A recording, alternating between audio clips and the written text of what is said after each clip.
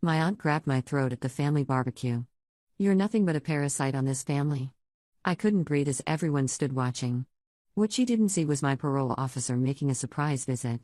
He put his hand on her shoulder and said 8 words that made her let go instantly. The pressure on my windpipe increased as Aunt Linda's manicured nails dug into my skin. Her face was inches from mine, twisted with a rage I'd seen building all afternoon but hadn't expected to explode quite like this.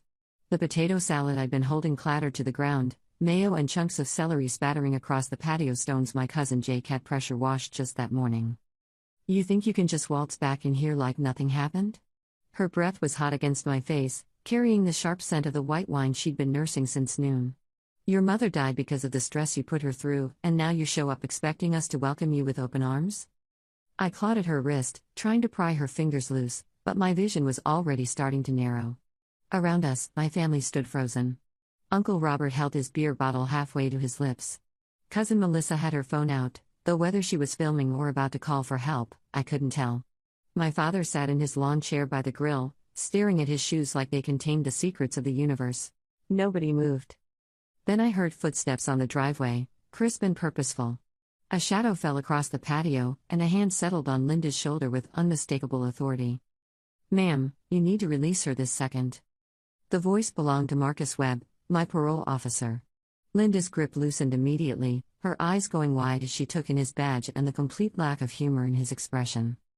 "I just witnessed you commit assault," he said. "Step away from her now." Linda stumbled backward, her wine glass tumbling from her other hand and shattering on the concrete. The sound seemed to break whatever spell had held everyone else in place. Suddenly there was movement, voices, my cousin Sarah rushing over with a bottle of water. I bent over, gasping, one hand pressed against my throat. Marcus kept his attention fixed on Linda, who had gone pale beneath her summer tan. She shouldn't even be here," Linda sputtered. "Do you have any idea what she did to this family?" "I know exactly what Miss Foster's conviction was for," Marcus said, his tone flat and professional. "What I just saw was you choking her in front of at least a dozen witnesses. Would you like me to call the police, or are we going to handle this like adults?" My father finally stood up from his chair. "Linda, maybe you should go inside and cool off." "Cool off?" Linda's voice climbed an octave. "Jim, she stole from your dying wife. She stole from all of us. And you're just going to. I'm going to ask you to leave my property," Dad said quietly. "Right now." The hurt that flashed across Linda's face almost made me feel sorry for her. Almost. She'd been the loudest voice in the chorus demanding I be cut off from the family after my arrest 3 years ago. She'd convinced half my relatives that I was evil incarnate, that I'd deliberately stolen Mom's pain medication to sell it, that I'd hastened her death with my selfishness and addiction. Part of that was true. Most of it, actually. But she'd never asked why, never wondered what had driven me to that point, never considered that maybe I'd been drowning too. Linda grabbed her purse from the patio table and stalked toward the driveway, pausing only to throw one last venomous look over her shoulder. "You're all going to regret this. She'll drag you down just like she did Grace." The gate slammed behind her with enough force to rattle the fence. In the silence that followed, I could hear the neighbor's sprinkler system clicking on, birds calling from the oak tree that shaded the yard, the creak of Dad's chair as he sat back down heavily. Marcus turned to me. "Can you breathe okay? Do you need medical attention?"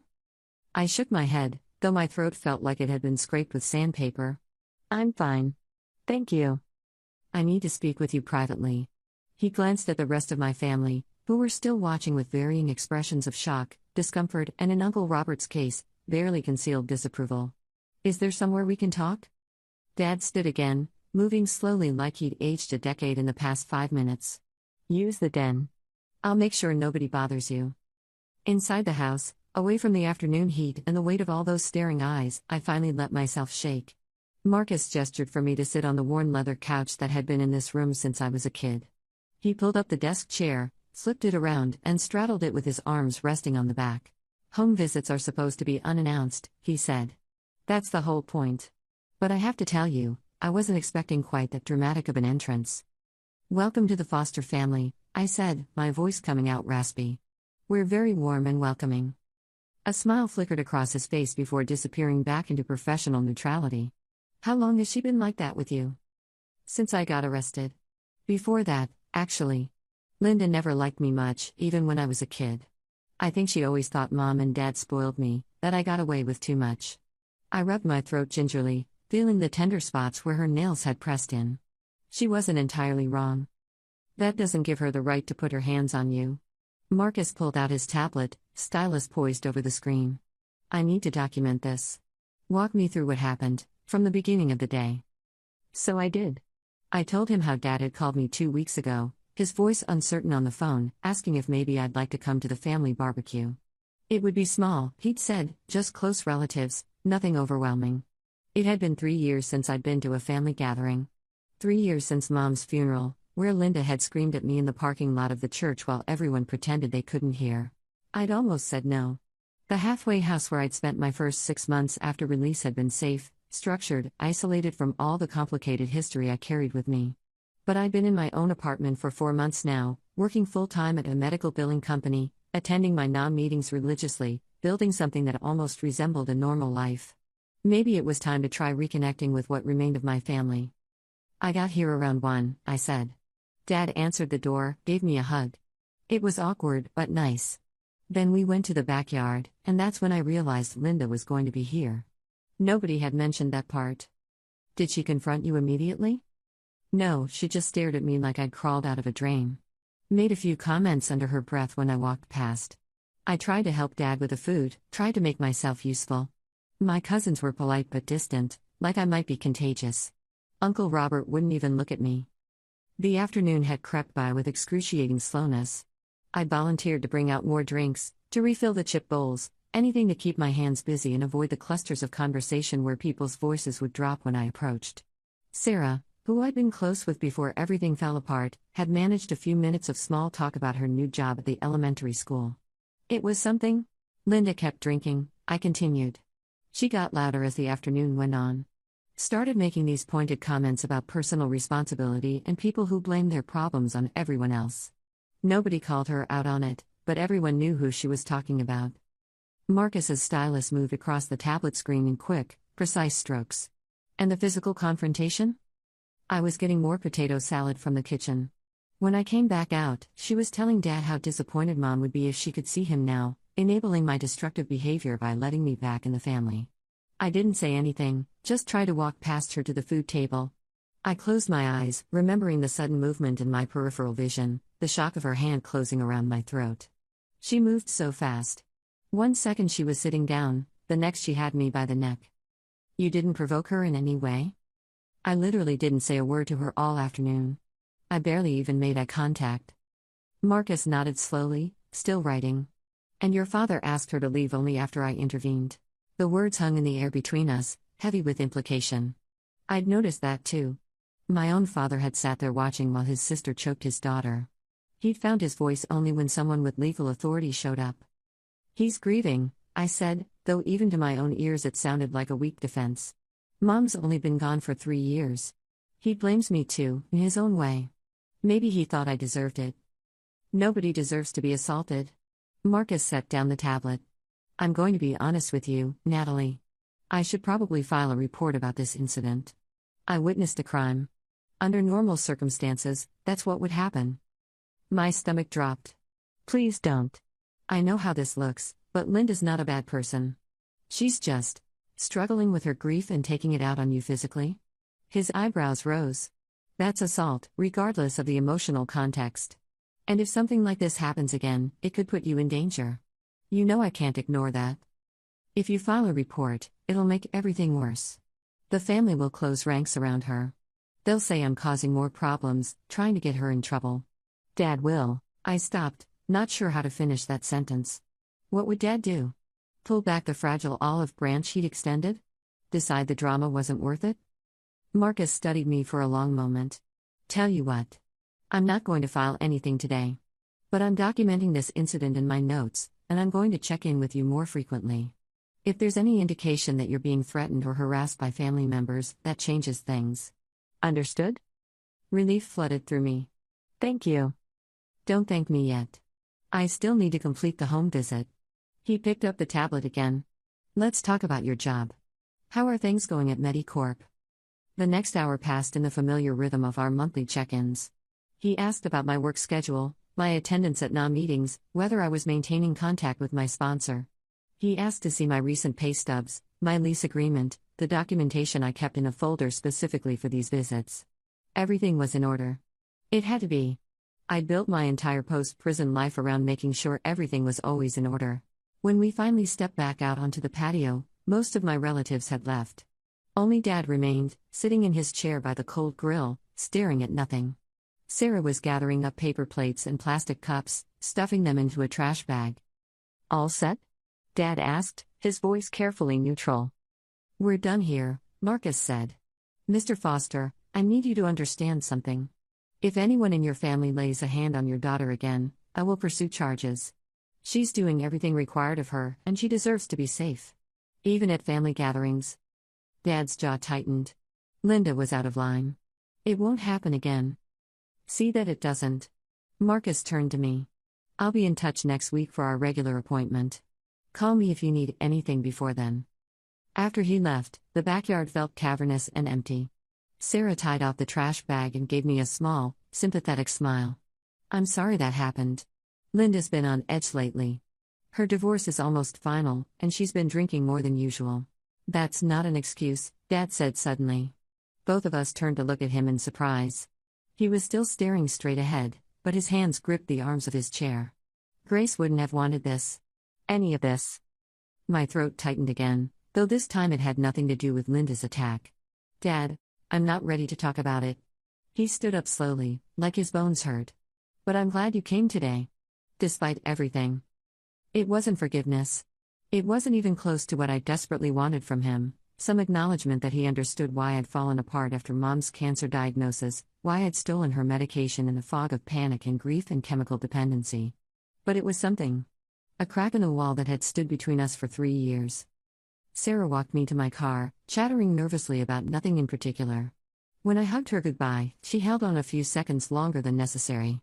"Text me sometime," she said. "We could get coffee or something." I drove back to my apartment with the windows down, letting the evening air rush over me. My throat still ached. My hands still trembled slightly on the steering wheel. But underneath the residual shock and fear, something else was stirring. Something that felt dangerously like anger. Linda had tried to choke me in front of my family. She'd called me a parasite. And everyone had just stood there. They'd stood there and watched. My phone buzzed as I was unlocking my apartment door. A text from a number I didn't recognize. "This is Linda. We need to talk. What you did today was unacceptable." I stared at the message, reading it 3 times to make sure I wasn't hallucinating. What I did? I brought potato salad and tried to stay out of everyone's way. I'd let her insult me repeatedly without responding. And somehow I was the one who'd done something unacceptable? My first instinct was to delete the message and block the number. That's what my sponsor would tell me to do.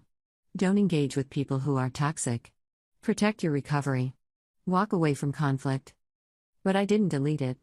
Instead, I saved Linda's number in my contacts and sat down on my second-hand couch to think. 3 years ago, I would have either spiraled into self-loathing or lashed out in ways that made everything worse.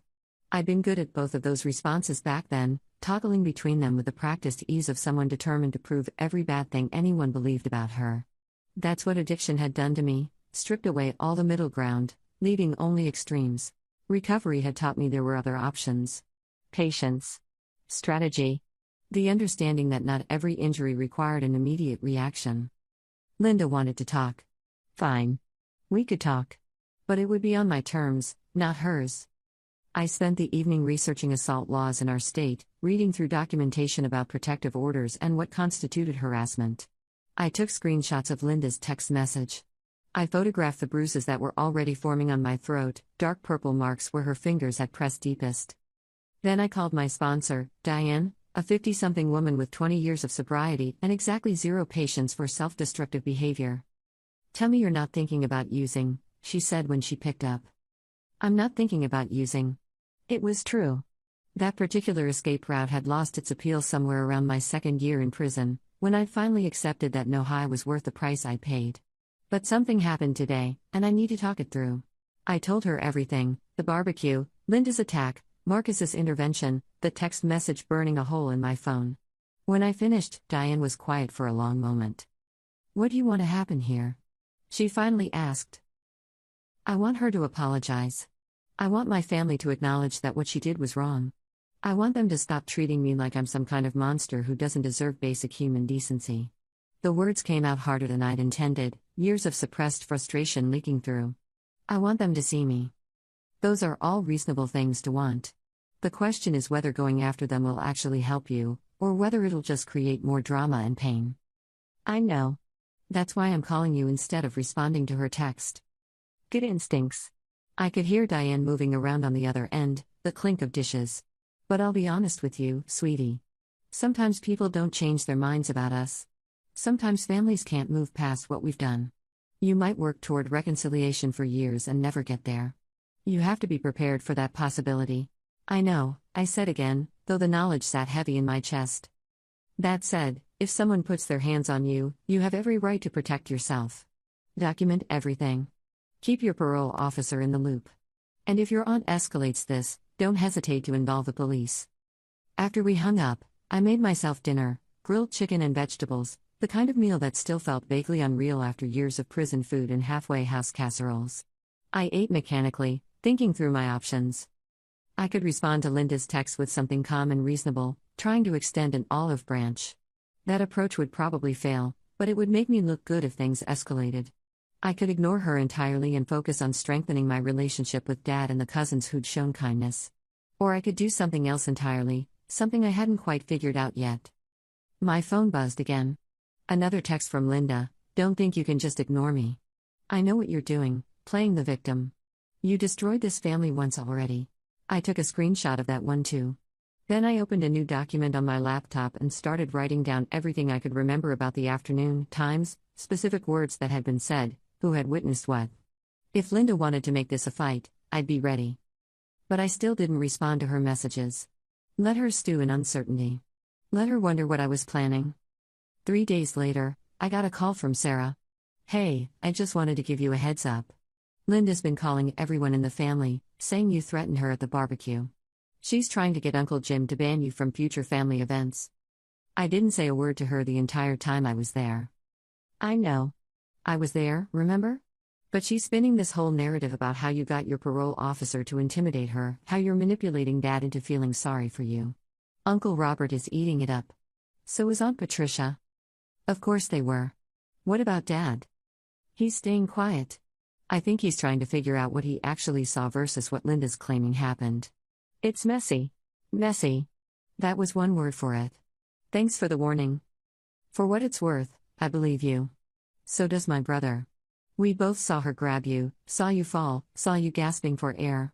She's the one who lost control, not you. Those words meant more than Sarah probably realized.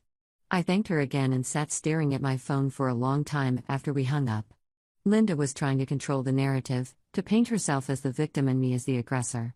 It was a smart move, actually. Get out in front of the story before anyone could question her version of events. But she'd made one critical mistake. She'd assaulted me in front of a law enforcement officer who documented the entire incident.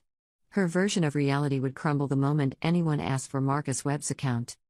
The question was whether I wanted to force that confrontation, or whether I should let sleeping dogs lie. My next appointment with Marcus was that Friday. I showed up at his office 15 minutes early, as always, and waited in the fluorescent-lit hallway where other parolees slouched in plastic chairs, looking various degrees of resigned or anxious. When Marcus called me in, I noticed he had a thicker folder than usual sitting on his desk. I've been getting some interesting phone calls this week, he said without preamble. Your Aunt Linda left 3 messages claiming you instigated the confrontation at the barbecue, that I misinterpreted what I saw, and that she's considering filing a restraining order against you. My stomach clenched. A restraining order? Don't worry. I documented everything that happened, including timestamps and photographic evidence of the injuries to your neck. Her story doesn't hold up. He leaned back in his chair. But I need to know if you've had any contact with her since the barbecue. She texted me twice. I didn't respond. I pulled up the messages on my phone and showed them to him. He photographed them with his own phone, adding them to whatever file he was building. Good. Continue not responding. Don't give her ammunition to claim you're harassing her.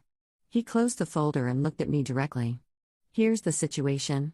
Linda Foster has a history of volatile behavior, including a domestic violence incident 3 years ago that didn't result in charges. Her ex-husband mentioned it during their divorce proceedings. She's also been cited twice for public intoxication in the past 18 months. I hadn't known any of that. Linda had always been so put together, so confident in her judgments and opinions.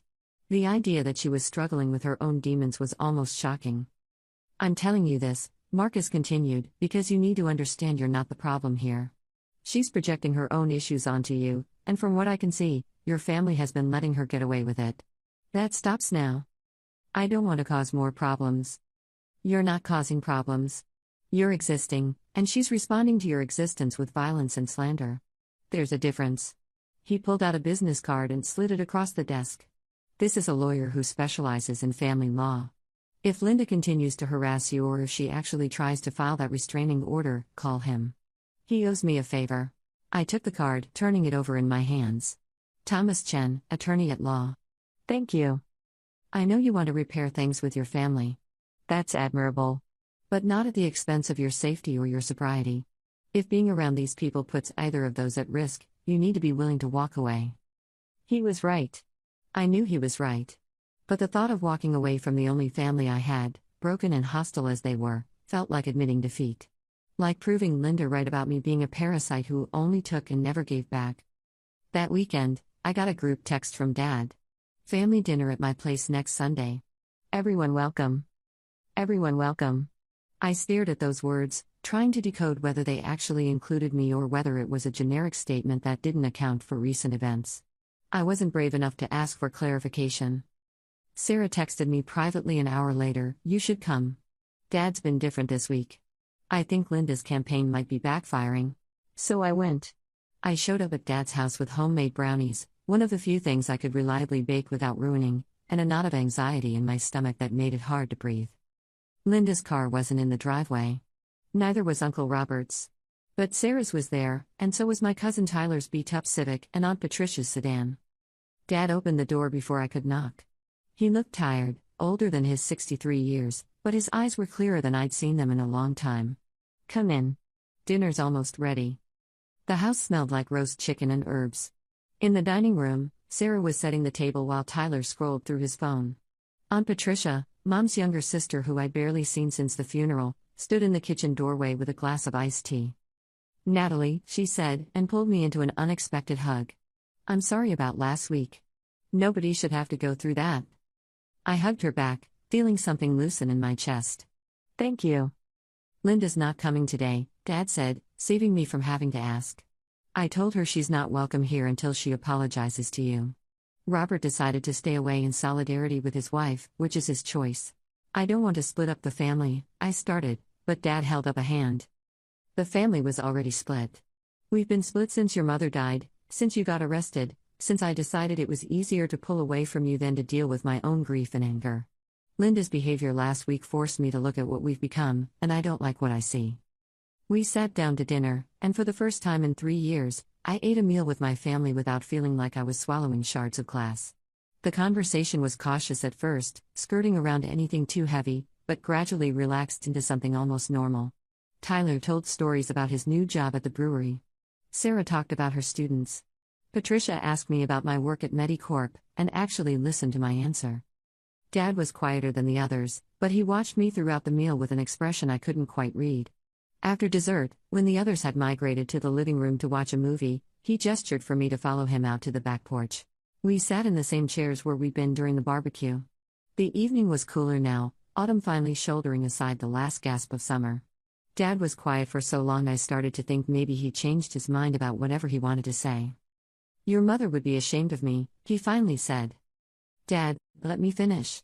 He gripped the arms of his chair like he was holding himself in place. "When you got arrested, I was so angry.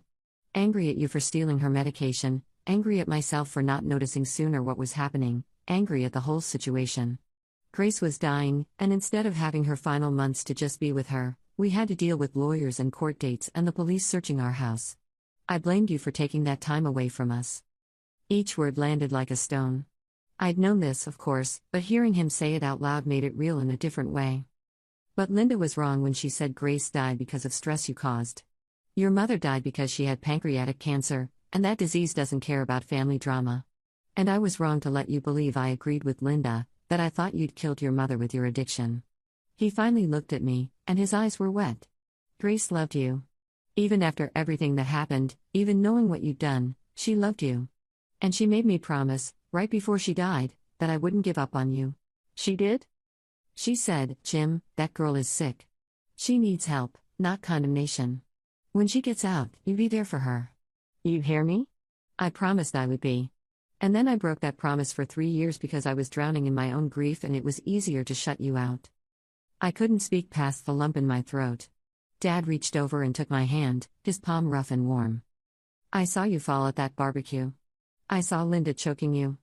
And I sat there like a coward because some part of me still thought maybe you deserved it, maybe this was some cosmic justice. But then I saw the look on your face, not anger, not defiance, just terror and hurt, and something in me finally broke open. You're my daughter. You made mistakes, terrible mistakes, but you're still my daughter. I'm so sorry, I managed. For everything. For stealing Mom's medication, for the lies, for not being strong enough to handle things better. I'm sorry I wasn't there for her at the end because I was in prison. I know you are. And I'm sorry I wasn't there for you when you needed me. He squeezed my hand. I want to try again, if you're willing. Actually try this time, not just go through the motions. We sat there on the porch as the sky darkened, talking more honestly than we had in years. He told me about the grief counseling he'd finally started, about the support group for people who'd lost spouses to cancer. I told him about NA meetings, about the daily work of staying sober, about building a life from scratch with nothing but determination, and a lot of help from people who'd been where I was. It wasn't a miracle. It didn't erase 3 years of estrangement or the damage I'd done. But it was a beginning, fragile and tentative and real. Update 1. 3 weeks after that dinner, I got a certified letter in the mail. Linda was suing me for emotional distress and defamation, claiming I'd conspired with my parole officer to falsely accuse her of assault and damaged her reputation within the family. I sat in my apartment staring at the legal documents, feeling the floor drop out from under me. This was insane. She'd attacked me. There were witnesses. Marcus had documented everything. How could she possibly think this would work? I called the lawyer Marcus had recommended, Thomas Chen. He agreed to see me that afternoon. Thomas's office was in a modest building downtown, far from the glass towers where the high-powered attorneys worked. He was younger than I'd expected, maybe 40, with sharp eyes behind wire-rimmed glasses and an air of no-nonsense competence. Walk me through everything, he said, pulling out a legal pad. From the beginning. I told him the whole story, starting with Mom's cancer diagnosis and my subsequent spiral into addiction. I didn't sugarcoat my own culpability. I'd stolen medication from my dying mother. I'd been arrested, convicted, served my time. Those were facts, and trying to minimize them would only hurt my case. The assault at the barbecue happened in front of multiple witnesses, I said. My parole officer saw the whole thing and documented it. I have photographs of the bruises. I have text messages from Linda that clearly show she's the aggressor here. How is she claiming defamation? She's claiming you manipulated your parole officer into filing a false report and that you've been spreading lies about her to family members in order to isolate her and damage her relationships. Thomas flipped through the complaint Linda's lawyer had filed. It's a ridiculous suit, frankly. We can get it dismissed. But it's going to be expensive and time-consuming, and that's probably her real goal. She wants to punish you. I can't afford an expensive legal battle. I'm barely making ends meet as it is. I'm aware. That's why we're going to do this strategically. He set down the papers and looked at me directly. Your aunt has made several tactical errors. First, she filed this suit while there's documented evidence of her committing assault against you. Second, she's made statements to family members that contradict her legal claims.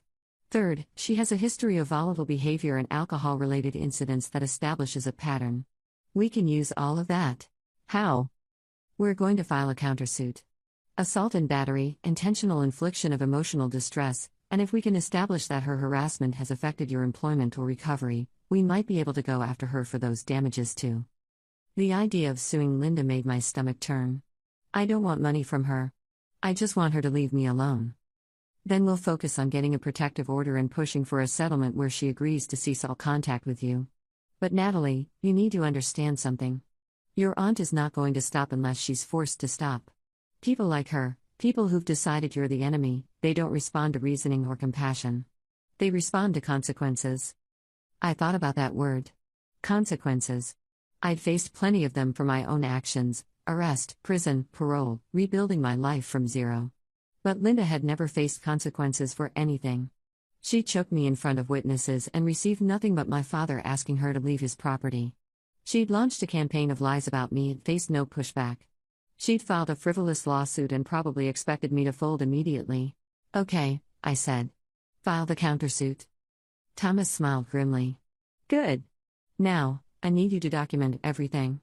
Every text message, every conversation, every interaction with Linda or any family member discussing Linda.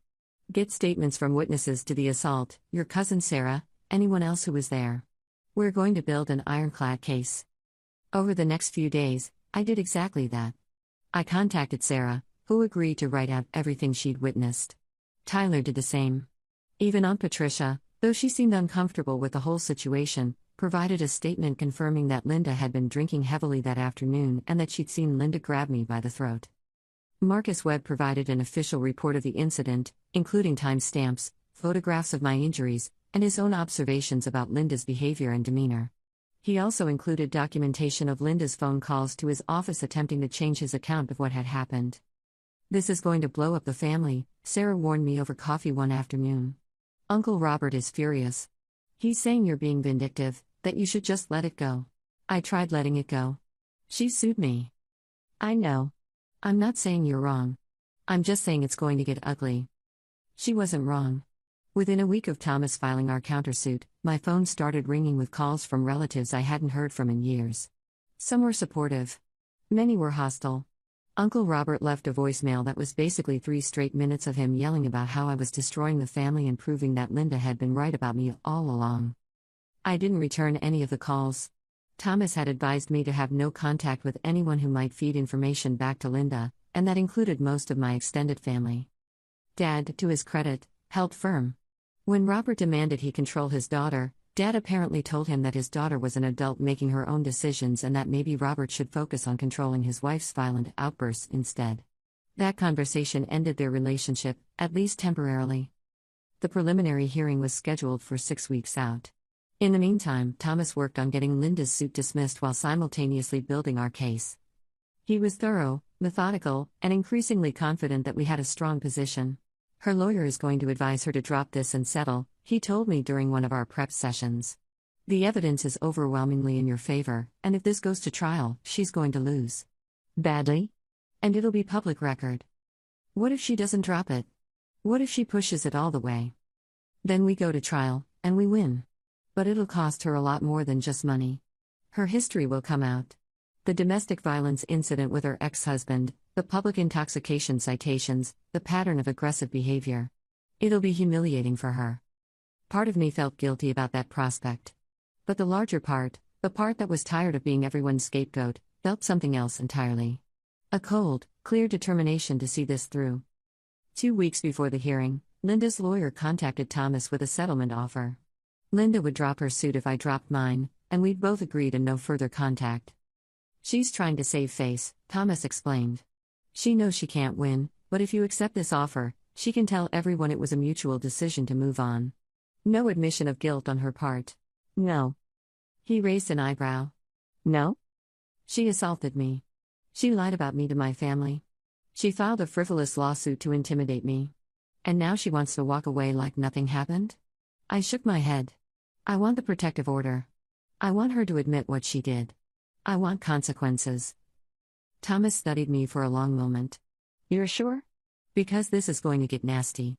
Her lawyer will try to bring up your criminal record, your addiction history, everything they can to make you look bad. Let them.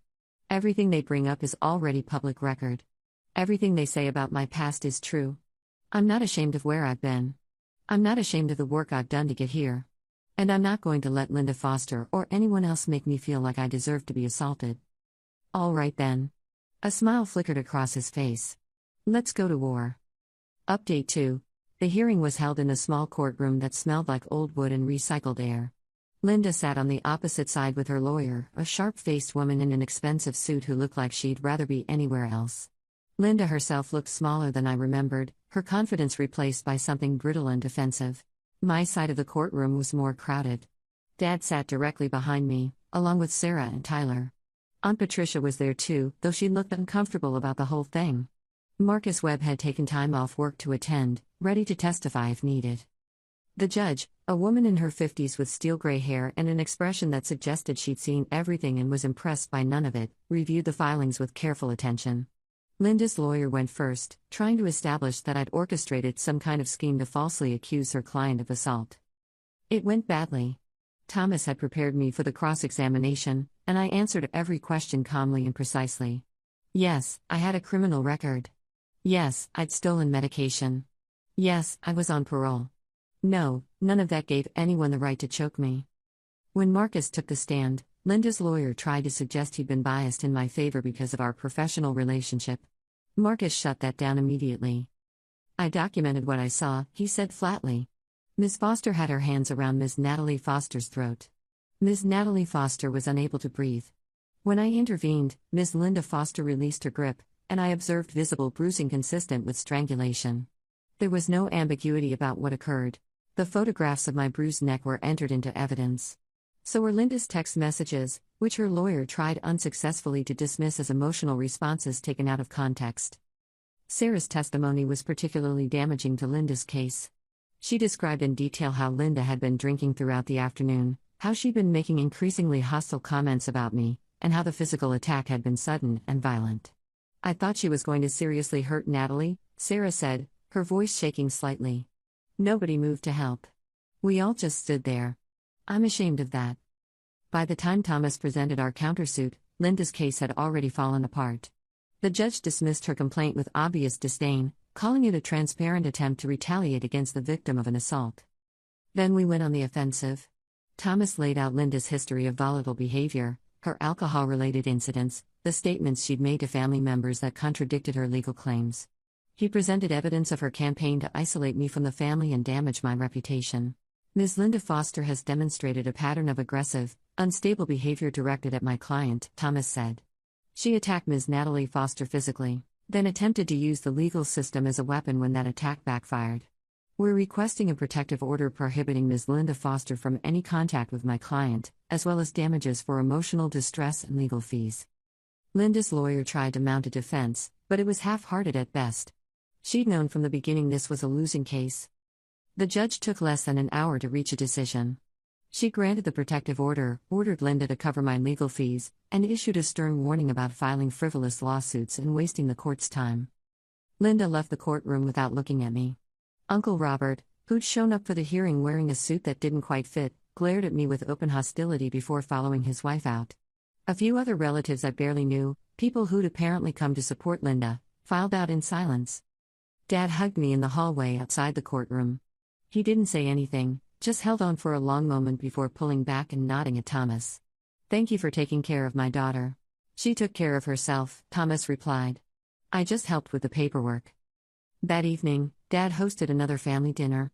This time, the gathering was smaller but more genuine, just him, me, Sarah, Tyler, Aunt Patricia, and Patricia's husband Jeff, who I'd barely spoken to in years. We ate takeout Chinese and watched a movie, and nobody mentioned Linda or Robert or the hearing. As I was leaving, Dad walked me to my car. "Linda called me this afternoon. She's furious. Says I've chosen you over her, that I'm enabling your victim mentality." "What did you say?" "I told her I chose my daughter over someone who tried to hurt my daughter. Then I told her not to call me again until she's ready to take responsibility for her actions." He leaned against my car, looking up at the stars. "I should have done that 3 weeks ago. 3 years ago, really. I'm sorry it took me this long. You're here now. That's what matters."